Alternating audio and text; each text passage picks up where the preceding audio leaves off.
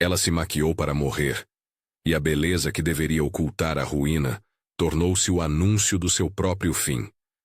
Imagine a rainha adornada em púrpura e mirra, perfumes que enfeitiçam os olhos e embriagam o paladar, preparando-se não para um baile, mas para a ceia sombria que a aguardava.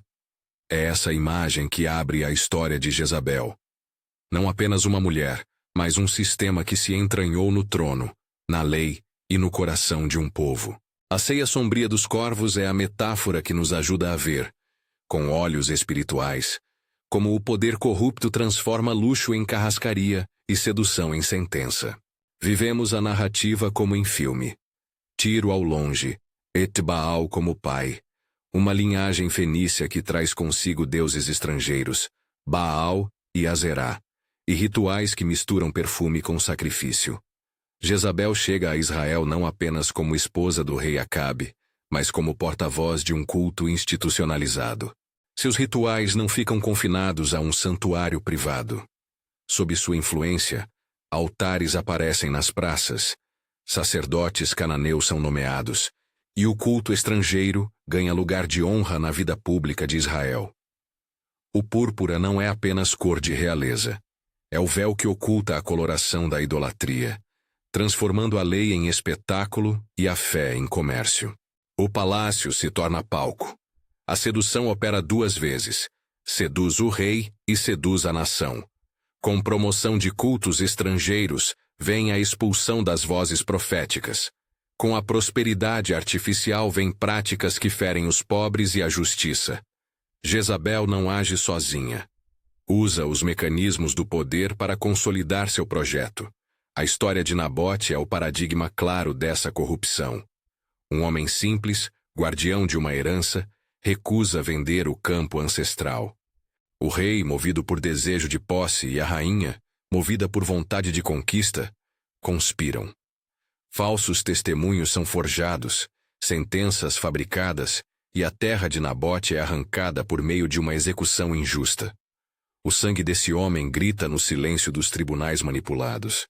O direito é pervertido para atender à ambição do trono.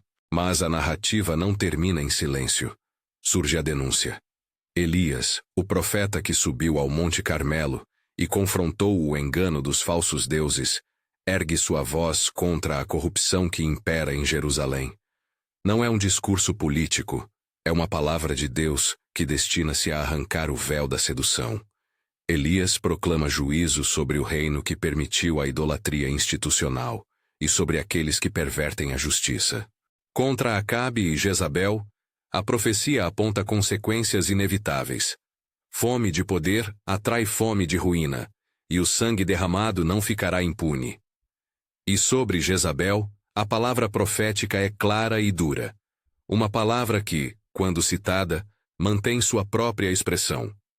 Os cães a devorarão no campo de Jezreel. Essa imagem, textual e direta, é uma sentença contra quem usa o sagrado para o profano. Permanece aqui uma advertência sobre linguagem. Quando o texto bíblico fala em cães, não o substituímos. No entanto, a metáfora que traz o título, a ceia dos corvos, amplia poeticamente o quadro do juízo. Cães e corvos, ambos atraídos pela carne podre da injustiça, representam a mesma verdade espiritual. Não alteramos a profecia. Usamos o simbolismo dos corvos como lente que revela a natureza abjeta do orgulho e da sedução que se banqueteiam no fruto do mal. O cumprimento da palavra de Deus segue seu curso, mesmo que pelos caminhos humanos. A morte de Acabe acontece nos conflitos que se seguem. Sua vida no trono finda em batalha, e seu fim já havia sido anunciado. A soberba política e a aliança com o que é ídolo levaram-no ao leito da derrota. A sombra que Jezabel plantou sobre o reino continuou, porém, para além da queda do rei. E é aí que entra a mão que Deus levanta para purgar. Jeú, um comandante ungido, chega com pressa e com uma sentença mais ampla contra a casa de Acabe.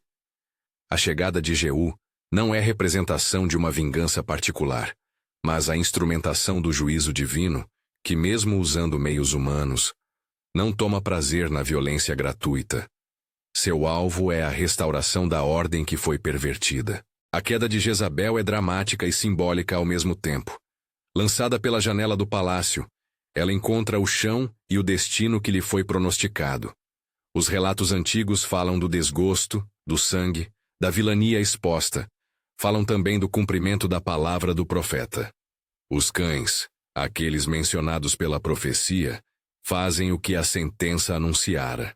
A cena é dura, e a imagem dos corvos sobrevoando esperando a ceia complementa a visão.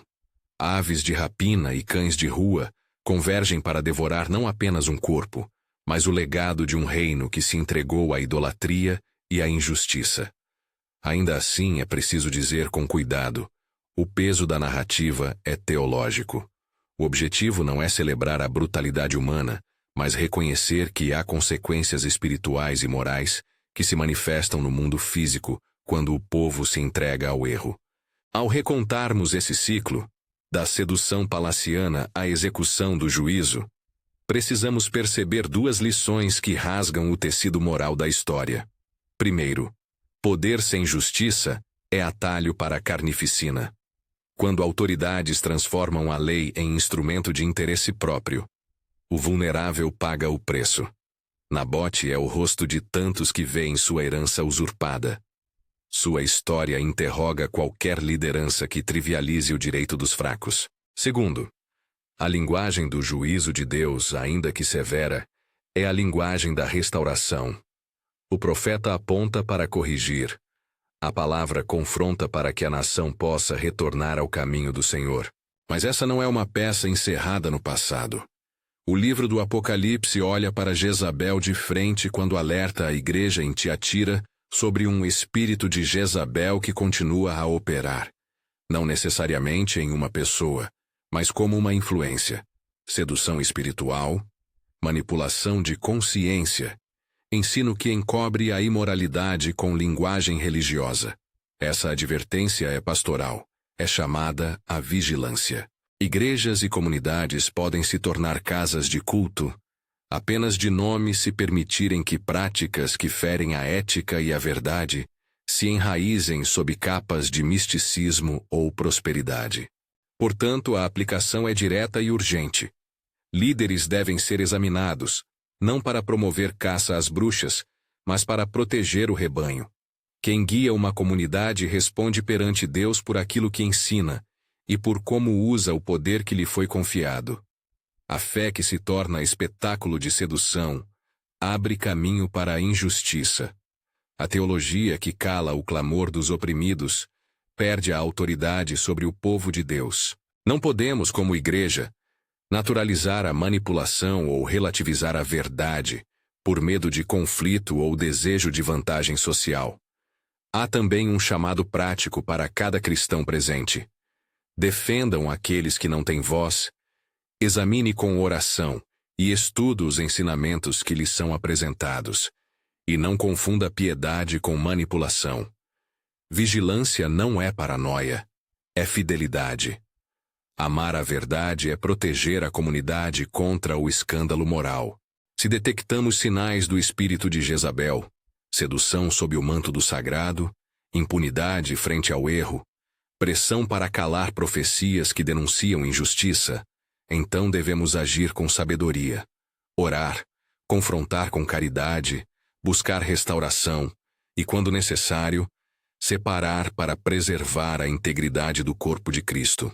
Voltando à imagem inicial, a rainha que se maquiou para morrer é aviso.